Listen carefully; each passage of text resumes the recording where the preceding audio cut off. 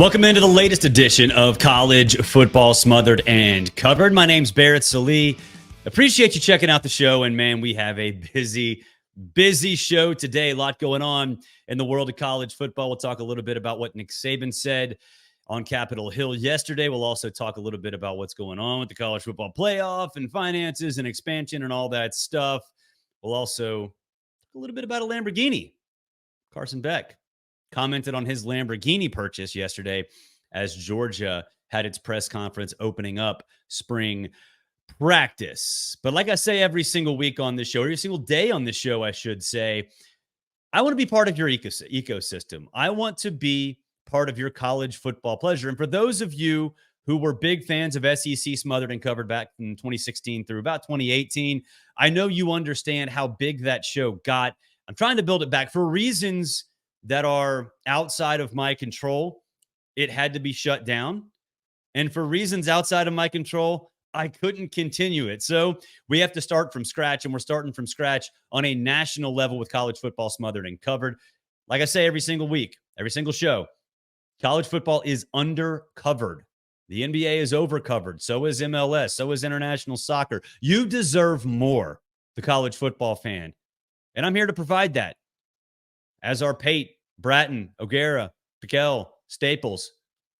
We're all here for you to provide you the kind of content and different voices that you deserve as a college football fan.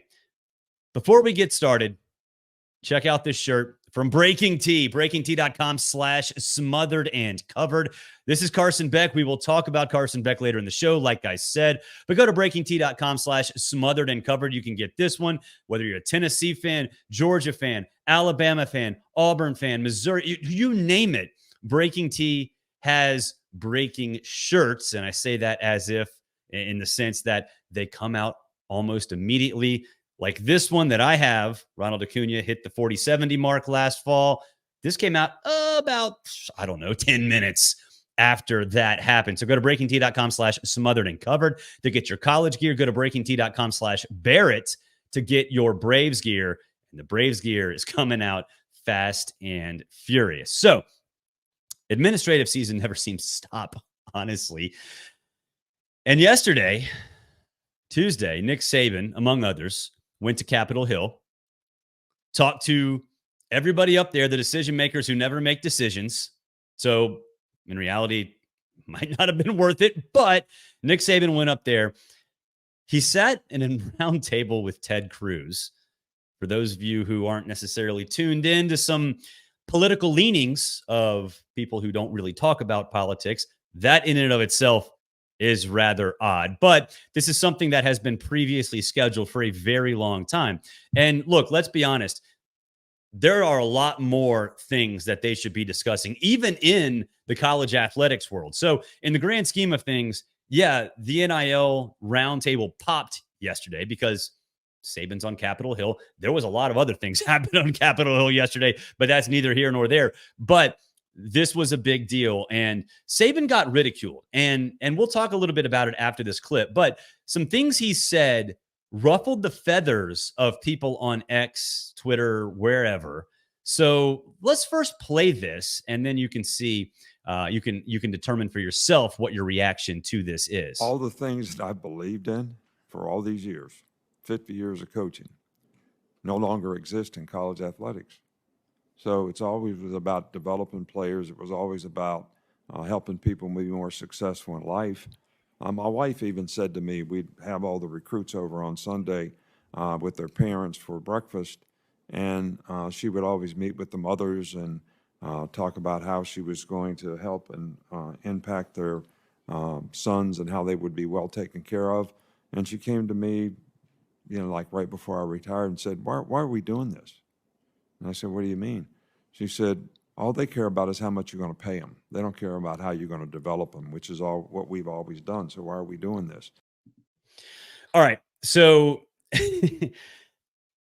immediately upon that quote being posted on X, being said, you could see it on C-SPAN 2 or 3, whatever it was, everybody piled on Saban. What is he talking about? He's a hypocrite. He's used money to build his program under the table. Now it's above board. And suddenly everybody can do it legally, but that's how Saban built his empire.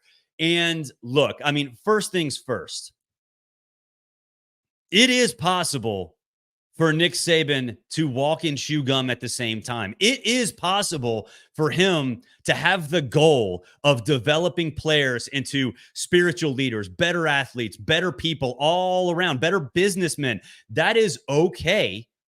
And even if Nick Saban was building his program with a little sketchiness under the table, that can be true too. He can have the opinion of, hey, I want college football to be like this, but it's not, so I'm going to operate this way. It's the same thing he did with hurry-up offenses. He hated them, but then he hired Lane Kiffin to operate one at the same time. It's the exact same thing. So this idea that Nick Saban is a hypocrite for going to Capitol Hill and saying, man, it's all about money now. And he said this before in the Chris Lowe piece a couple weeks ago. I guess it was last week, where all these players come in and they ask about money, or they're going to transfer, playing time, or they're going to transfer. What are you going to do for me financially? Yeah, that is what college football is now. He's not lying. That's 100% accurate. And at the same time, and you ask anybody around the Alabama program, developing college football players into better athletes, better people, better businessmen, better friends, better adults was absolutely one of his goals as well. So spare me this ridiculous idea. Spare me this idea that Nick Saban was being a hypocrite by saying it's all about money, but potentially building his program based on money under the table. Both things can be true. In fact, I think both things are true. Now, do I have proof that Nick Saban was doing things under the table, that he was not following the rules? No. No. There's not proof of anybody doing that out there, but we all know that it happened. And that's okay, because now it's above the table. Now it is allowed. And yeah, now a lot more players are coming to him and saying, hey, you know what? I'm a second string cornerback and I'm making 50 G's. I want to play elsewhere and make 100. That's okay. So this idea that Nick Saban is being a hypocrite, it's so stupid. It's so lazy and so incredibly internet. You know, I go back to a quote from Jay and Silent Bob Strike Back. Near the end of the movie, this quote just absolutely stands out. Jason Lee says, "It's what the internet's for, slandering others anonymously." Well, that's what this is, slandering Nick Saban anonymously. Would you say this stuff to his face? No. Do you honestly believe what you're saying if you are criticizing Nick Saban? No. You're slandering others anonymously, even if you have your actual name and actual picture in your bio, because you know there are going to be no repercussions. It's lazy. It's lame. Don't do it. Don't do it. Actually have original thought. Actually understand that he is concerned with the level of college football right now. And again, it goes back to something. Remember back in 2014, the summer of 2014, Nick had already hired Lane Kiffin, right?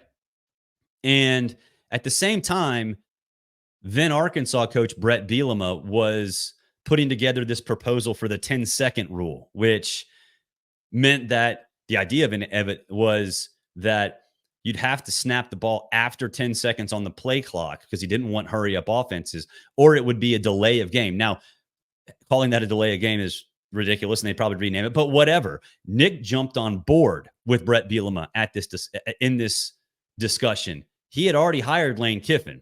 He already had Blake Sims as his quarterback. He brought Jake Coker in from Florida State that same year. But he went with Blake Sims, and he went with the hurry-up offense. And I remember I was sitting in the Georgia Dome, RIP Georgia Dome. It's a lot better than Mercedes-Benz Stadium. I was standing on the sidelines before the Alabama kickoff game. I think they were playing West Virginia that year. And all of us were talking about Jake Coker. laser rocket arm, could throw it from the end of the end zone to the other 40-yard line. Blake Sims can't do that. Of course not. But then Blake Sims comes out with the first team offense about halfway through the first quarter. Alabama's offense is bam, bam, bam, bam, bam, bam, high pace, fast pace, run plays. Doesn't matter what they are, just run plays. Nick Saban hated that. He didn't want football to be like that. Hell, he said he didn't want football to be like that.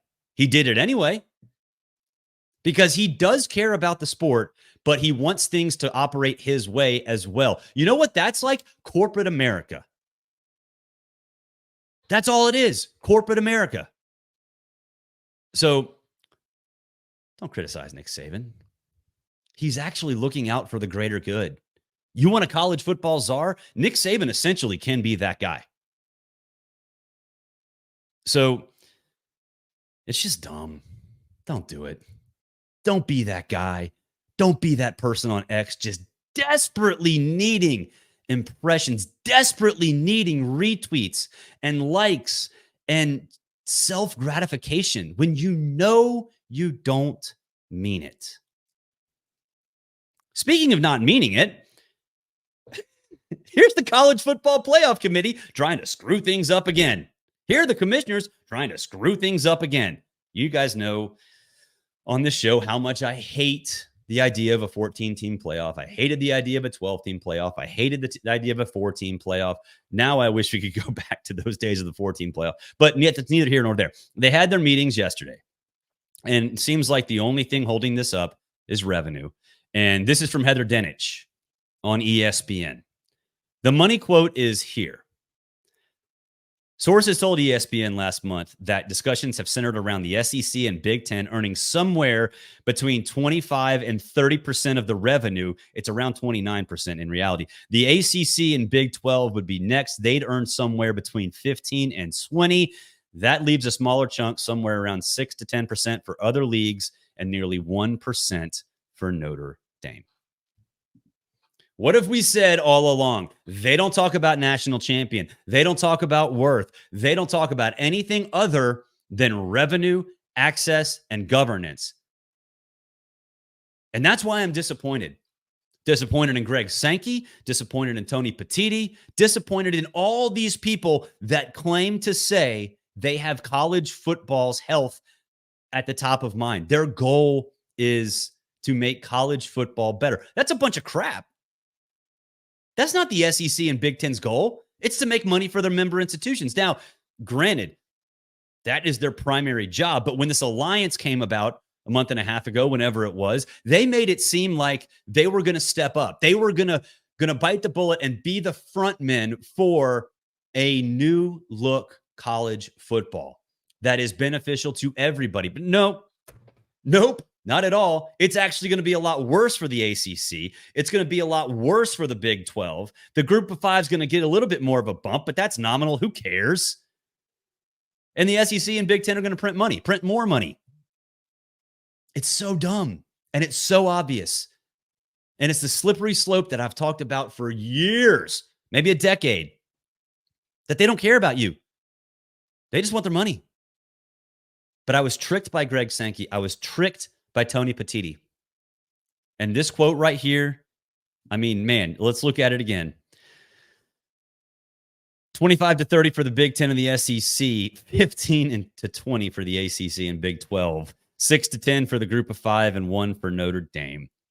And then the next, look, this is not criticizing Heather. She's a great writer. The next line, the next 4 words are just incredible. The math isn't clean. No joke. No joke. Heather, you hit that one on the head. And I absolutely love that you put that in right after that paragraph because it is about as messy as a pig in slop. And I hate it for college football. I hate it for college football. Again, go to breaking.com. Carson Beck has his own shirt. Now, look, they are big. Speaking of NIL, they are big into the NIL space over at breaking.com. Sure, you have your team shirts. We put one yesterday, the 4th and 31. When Alabama beat Auburn, that's a great one. That has nothing to do with NIL. This one does. Carson Beck, second-year starting quarterback for the Georgia Bulldogs, has his own shirt, and it is beautiful. Go to breakingt.com/smotheredandcovered. breakingt.com/smotheredandcovered. I saw you guys buying those shirts yesterday. Don't think I didn't see you. Don't think I didn't see you going on that link, breakingt.com/smotheredandcovered. I'm sitting there at the neurologist yesterday.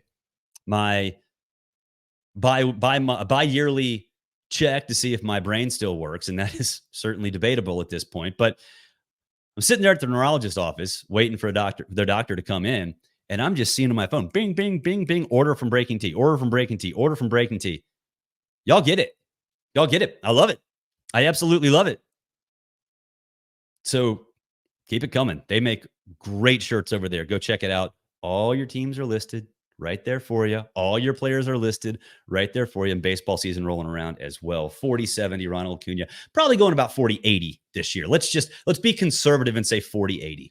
BreakingD.com/Barrett if you want to get those as well. Speaking of Carson Beck, Georgia open spring practice. Well, they had their press conference yesterday. Pro day is today. We'll talk a little bit about that tomorrow. But they had their press conference. It was the first time that we've had a chance to talk to Carson Beck about what happened in early February when pictures emerged of a Lamborghini that Carson purchased. It's roughly $300,000, right?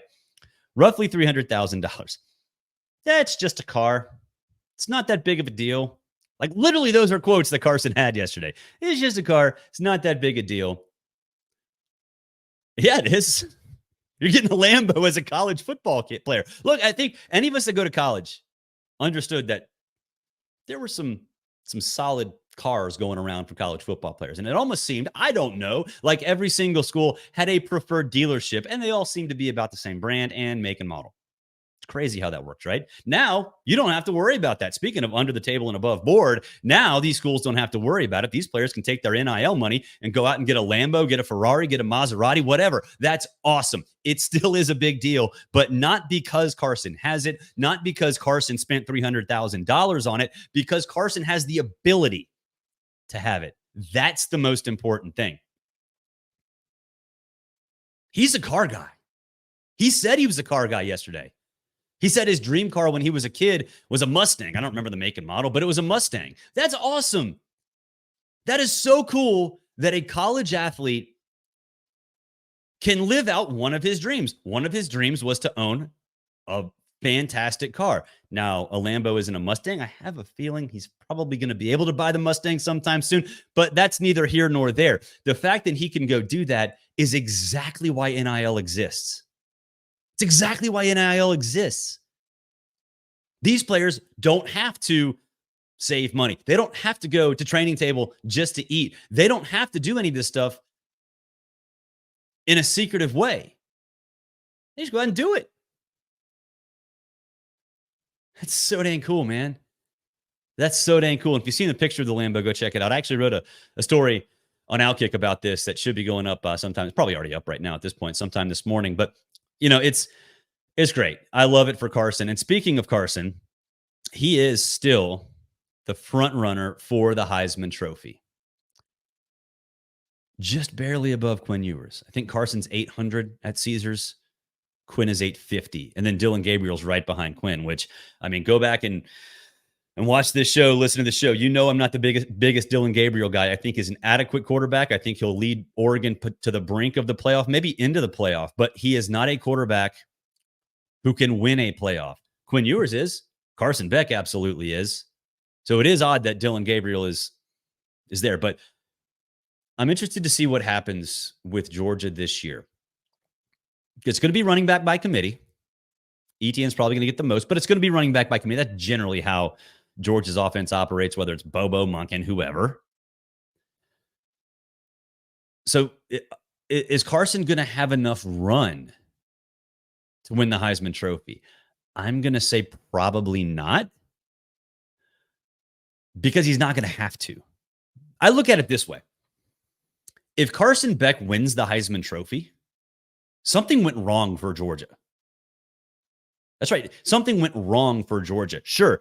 Could he be in New York? Absolutely. Stetson was there too. But I'll say that Stetson, if something went wrong for Stetson would have won it if something went wrong for Georgia, because he would have had to done something that is far and away more than he actually did. And look, I love like 300-yard games at the end of the season. He was money. He was awesome. He actually got a lot of votes late, talking to some voters around there, and I am a voter. He got a lot of votes late after what he did the last couple of games going into the SEC championship game, and hell, even after the SEC championship game. But he's going to put up comparable video game stats to some of the best quarterbacks in the country. He's not going to have Jaden Daniels' numbers. He probably won't have Quinn Ewers' numbers. And let's be honest, there are a lot of people who have votes for the Heisman Trophy, and I'm not going to call them out specifically by name, but I do know they exist, that don't cover college football on a minute-by-minute, hour-by-hour, day-by-day basis. Hell, they probably cover the NBA more than anything else, because it gets back to what I say in the beginning of the show every single day. The NBA is way overcovered. College football is way undercovered. But there are Heisman Trophy voters who just don't know anything else. So they're going to look at comparable numbers for a Georgia quarterback when compared to comparable numbers for a team that absolutely has to rely on its quarterback all day, all night, all evening long. And that quarterback X, is going to be the guy who gets the vote. So good for Carson for getting that Lambo. Good for Carson for raking in that money. Good for Carson for getting his own shirt on Breaking Tea. He really shouldn't win the Heisman Trophy, because it would mean something went wrong for Georgia. And that's the last thing that fan base wants, because winning 3 out of 4 national championships is far more important than Carson taking home a trophy with a little stiff arm on it. That'll do it for this edition of College Football Smothered and Covered. Appreciate you checking out the show. If you like it, give us 5 stars in a review. If you hate it, give us 1 star in a review. I like constructive criticism. I like being honest with people. I think that in this day and age, normal conversations about things we're doing right, things we're doing wrong, aren't happening enough. So let me know if you like it. Let me know if you don't like it. But either way, we're going to be back tomorrow. YouTube, Rumble, Apple Podcasts, Spotify, everywhere you consume your college football content. We will be there. Enjoy your Wednesday, everybody.